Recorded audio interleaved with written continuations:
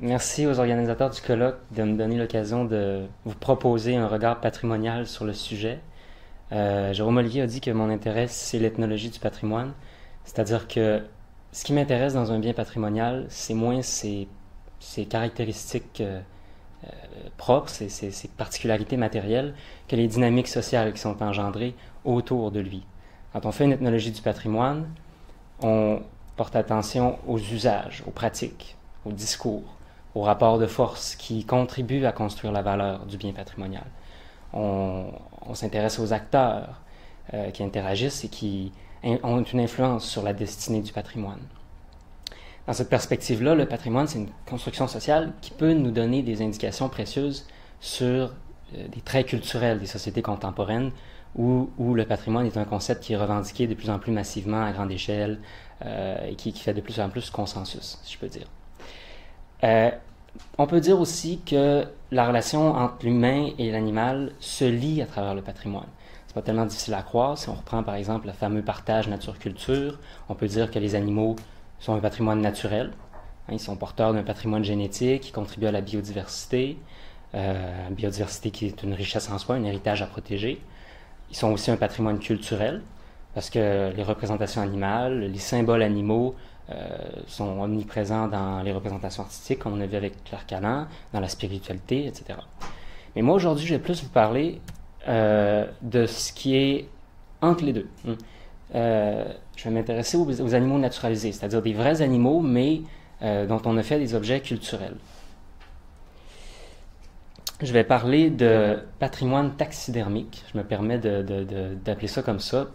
C'est cohérent avec le mouvement de ramification, d'éclatement du patrimoine qui s'étend et qui se morcelle, si on veut. Alors, vous me prêterez ce néologisme. La première chose que j'aimerais faire, c'est justement expliquer en quoi les animaux naturalisés peuvent faire partie du patrimoine. Le principe de qualification patrimoniale, on s'entend qu'il se base beaucoup sur certaines valeurs. Alors, vous allez voir que je vais beaucoup insister sur les valeurs en tant que qualité qui découle d'une appréciation positive. Bien sûr, les valeurs, les valeurs d'un bien sont pas intrinsèques, elles sont pas indépendantes du jugement qu'on porte sur les biens. Ça dépend de certains facteurs comme le sujet qui évalue, les caractéristiques propres de l'objet, le contexte comme l'époque, le lieu, etc. Alors, gardant ces considérations-là en tête, en deuxième partie, je vais m'intéresser plus spécifiquement aux trophées de chasse. Pour moi, les trophées de chasse sont un cas de figure intéressant parce qu'ils sont, parmi le patrimoine taxidermique, peut-être ce qu'il y a de moins neutre. Il y a une violence dans les trophées de chasse. Ils font référence à l'acte du chasseur qui s'est approprié la dépouille de sa proie, à l'acte du taxidermiste. Alors, on peut se demander si les trophées de chasse ne sont pas un patrimoine taxidermique un petit peu embarrassant pour les spécialistes de l'institution patrimoniale, dans le contexte où les sensibilités, les mentalités évoluent. Moi, je me demande quelle valeur justifie encore aujourd'hui la présentation, l'exposition, la conservation des trophées de chasse dans les musées. Comment est-ce qu'ils peuvent garder leur valeur patrimoniale dans les musées? C'est une question importante parce que, en fait, les musées sont pas. Le rôle des musées, c'est pas nécessairement de conserver les biens pour leur matérialité propre, c'est de conserver les biens en tant qu'objet culturel significatif. C'est de s'assurer qu'ils vont pouvoir avoir des significations sociales pertinentes pour le public, pour les générations futures. Alors, pour ce cas-là, pour cette question-là, je vais m'attarder au Musée de la Chasse et de la Nature à Paris.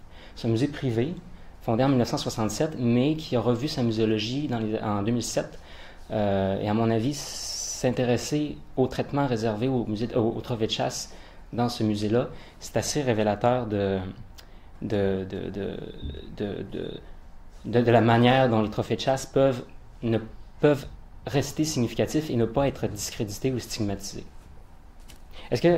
Qui connaît le Musée de la Chasse, par curiosité? Bon.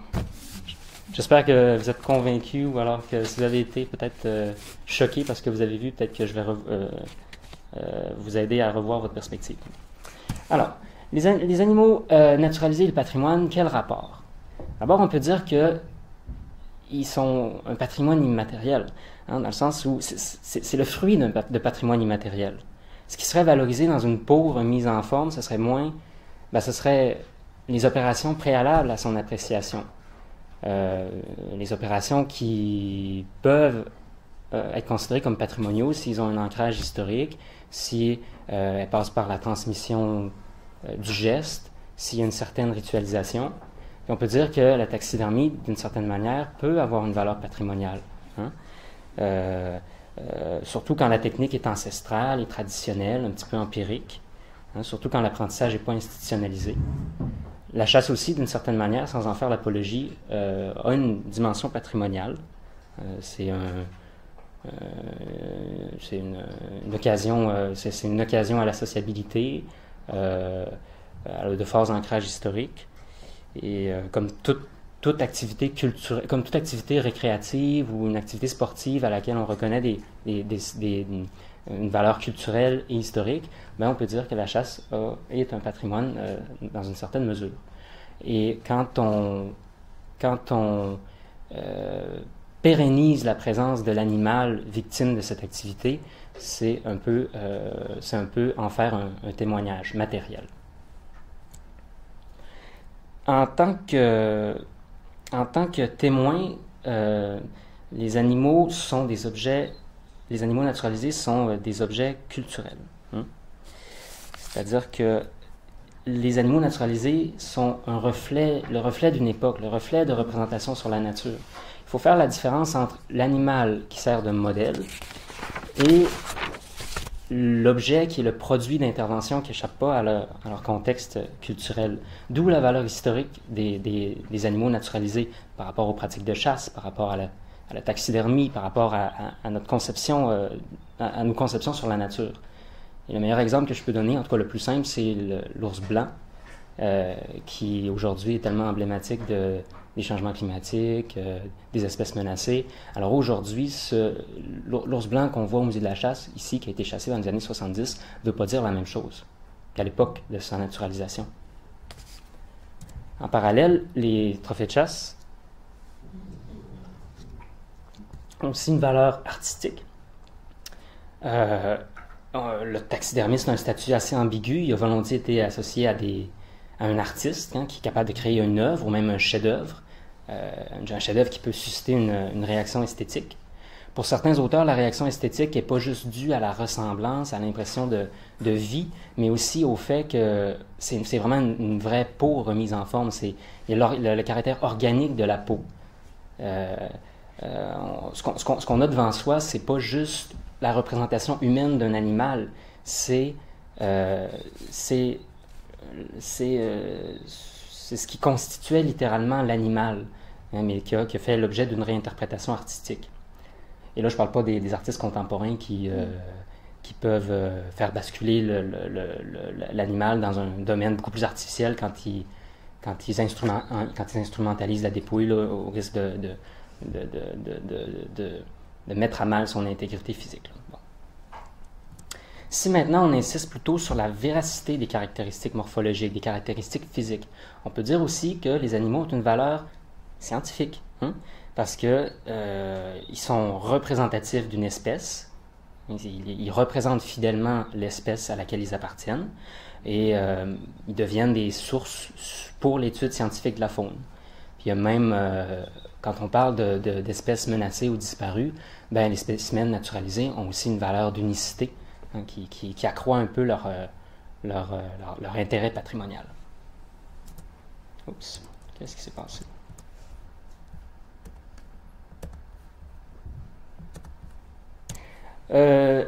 Alors vous doutez que les dimensions que j'ai exposées un peu schématiquement, ça se chevauche, ça ressort plus ou moins selon le lieu où le patrimoine taxidermique est sélectionné, mis en scène, proposé au public.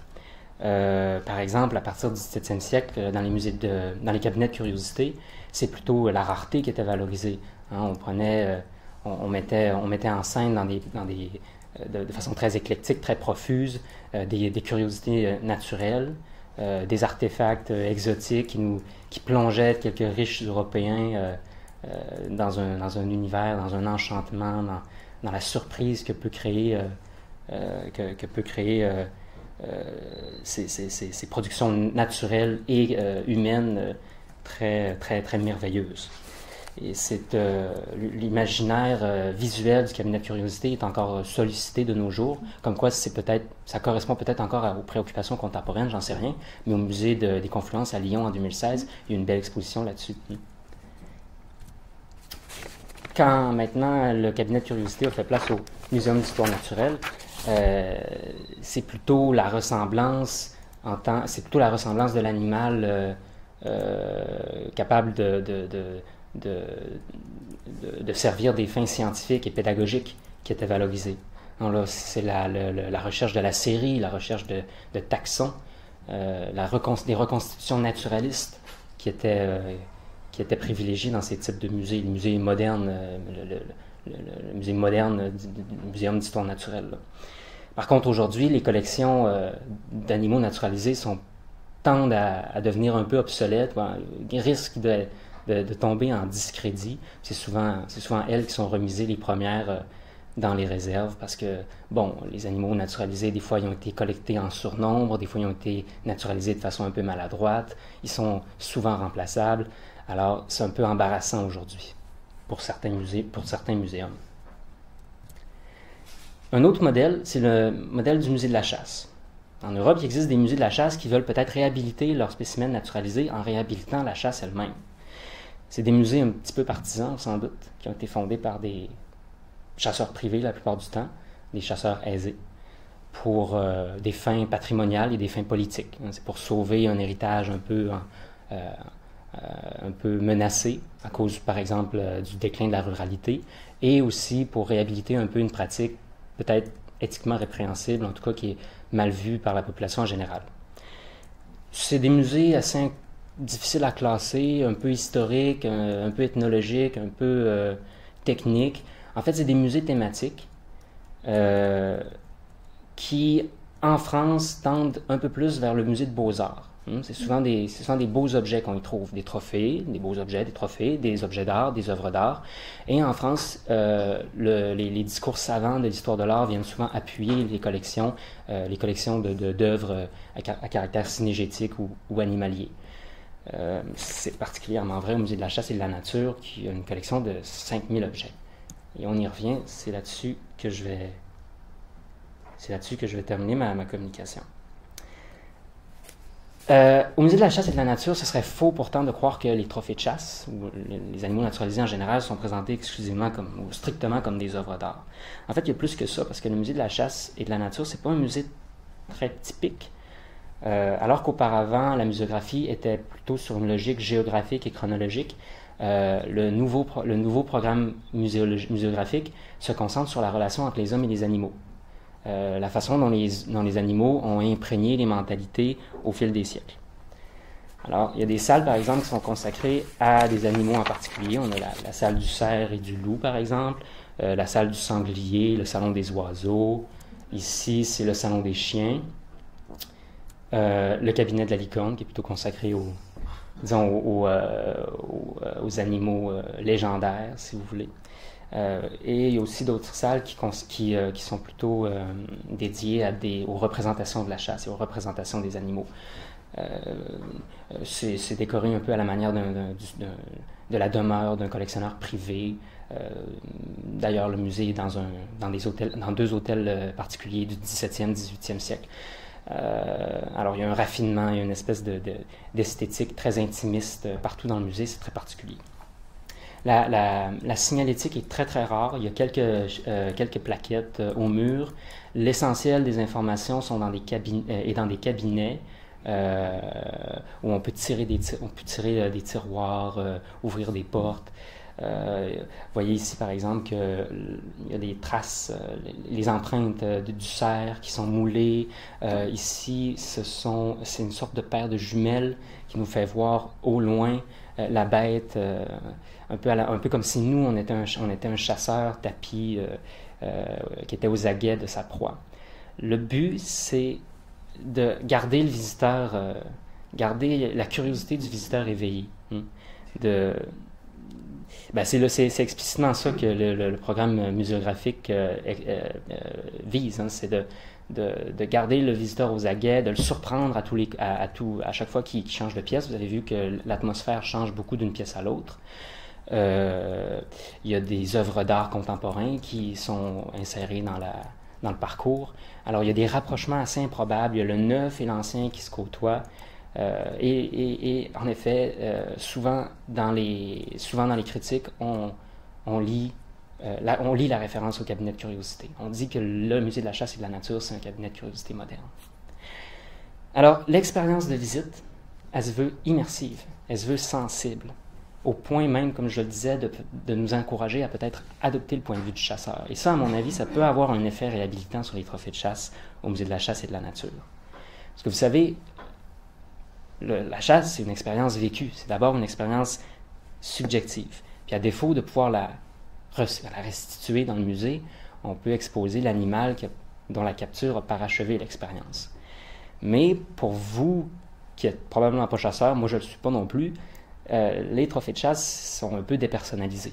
Puis on peut même désapprouver. Parce que, comme je disais, il y a des considérations éthiques derrière la chasse. Mais on peut dire que malgré ça, le musée de la chasse et de la nature peut interpeller un plus large public. Justement à cause de l'ambiance des paysans, du côté un petit peu raffiné, intimiste, qui suscite un enchantement. C'est la même chose dans la salle des trophées. C'est dans la salle des trophées que l'essentiel des trophées de chasse sont réunis. La salle des trophées, comme ailleurs dans le musée, vise l'immersion du visiteur dans une atmosphère un peu surannée, un peu somptueuse, mais c'est un charme un peu vieillot, vous voyez ce que je veux dire? Le charme vieillot, on le voit par exemple dans les panoplies d'armes à feu qui sont exposées ici. Ça, c'est vraiment, vous voyez que c'est désuet comme muséographie, on fait pas ça aujourd'hui, c'est vraiment désuet, mais justement, c'est fait pour, oui, ça relègue un peu dans un passé un petit peu magnifié l'acte de la mise à mort, si vous voulez. Et on retrouve aussi des fiches qui identifient chacun des trophées. Là encore, il y a des petits détails, assez anachroniques. C'est écrit, c'est dactylographié. Ailleurs dans le musée, les cartels pour les animaux naturalisés sont manuscrits. Il y a le nom en latin. Donc tout ça, ça participe de la même stratégie. Je pourrais ajouter d'autres détails là, je ne sais pas s'il manque de temps, mais en tout cas, on voit que sur ces fiches-là, il y a surtout des informations sur l'habitat, sur les mœurs des animaux dont on voit le trophée.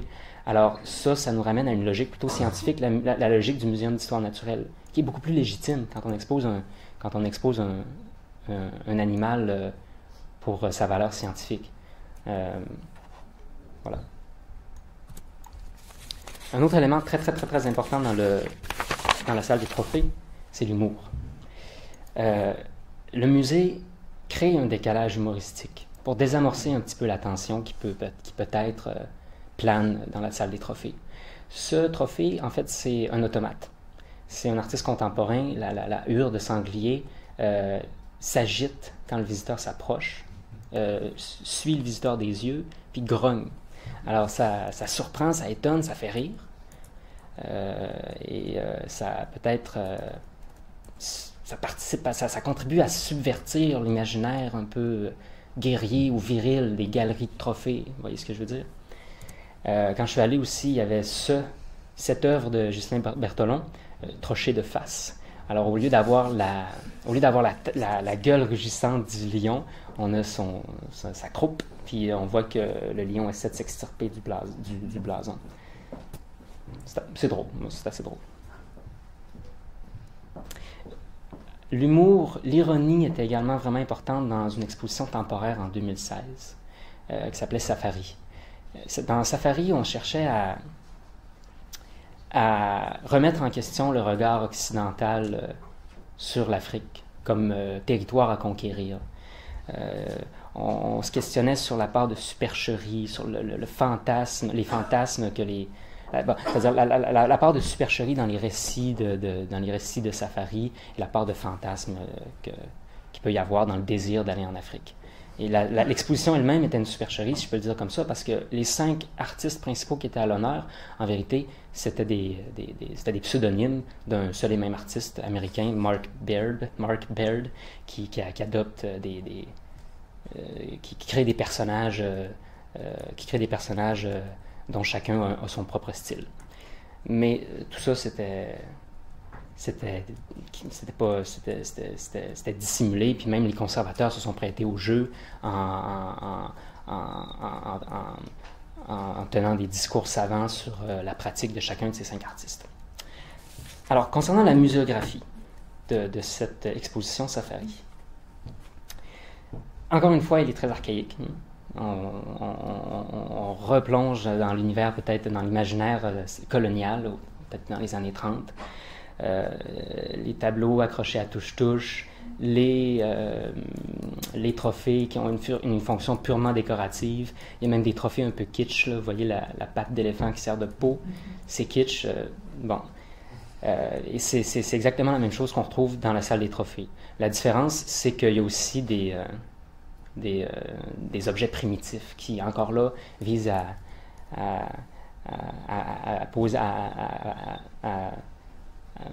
instaurer une ambiance primitive. Vous voyez ce que je veux dire? 2 minutes, merci.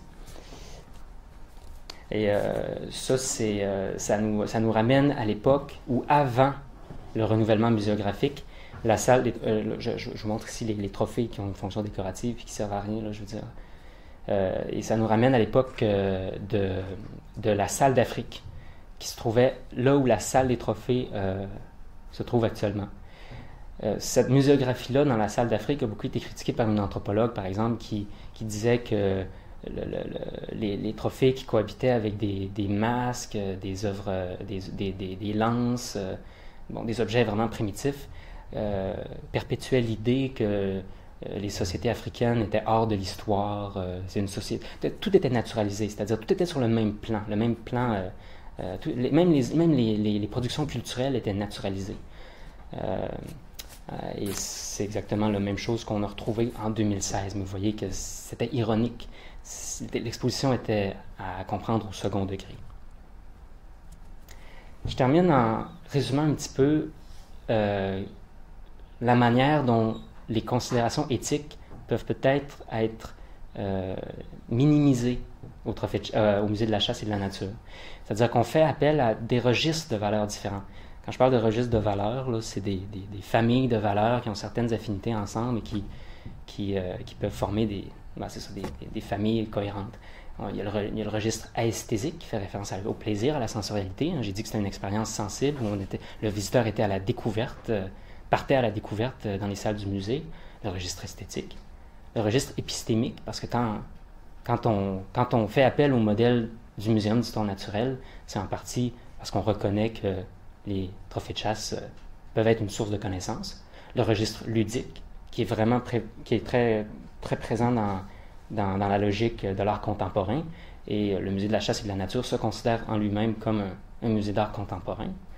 Le registre affectif, parce qu'on adopte en quelque sorte le point de vue du chasseur, qui par un processus que des ethnologues ont appelé la mise en trophée ou la trophéisation, attribue un caractère affectif et même un caractère commémoratif à leur trophée. Et j'ai écrit civique dans le sens où je ne l'ai pas beaucoup abordé, mais il ne faut pas nier le fait que le Musée de la chasse et de la nature accueille des artistes contemporains qui eux-mêmes peuvent porter un regard critique sur la chasse et sur la taxidermie, quitte à eux-mêmes utiliser des animaux naturalisés, ce qui n'est pas sans contradiction.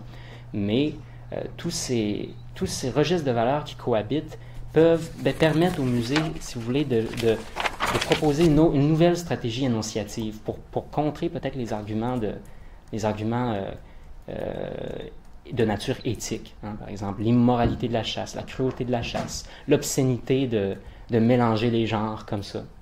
Et je termine en disant que si j'avais été un bon ethnologue, je vous aurais présenté non seulement la perspective du musée comme je l'ai faite, mais aussi celle des visiteurs, ce que j'ai pas pu faire, parce que la question qui reste en suspens, c'est est-ce que ça fonctionne? Est-ce que les gens sont dégoûtés? Est-ce que les gens trouvent que c'est de mauvais goût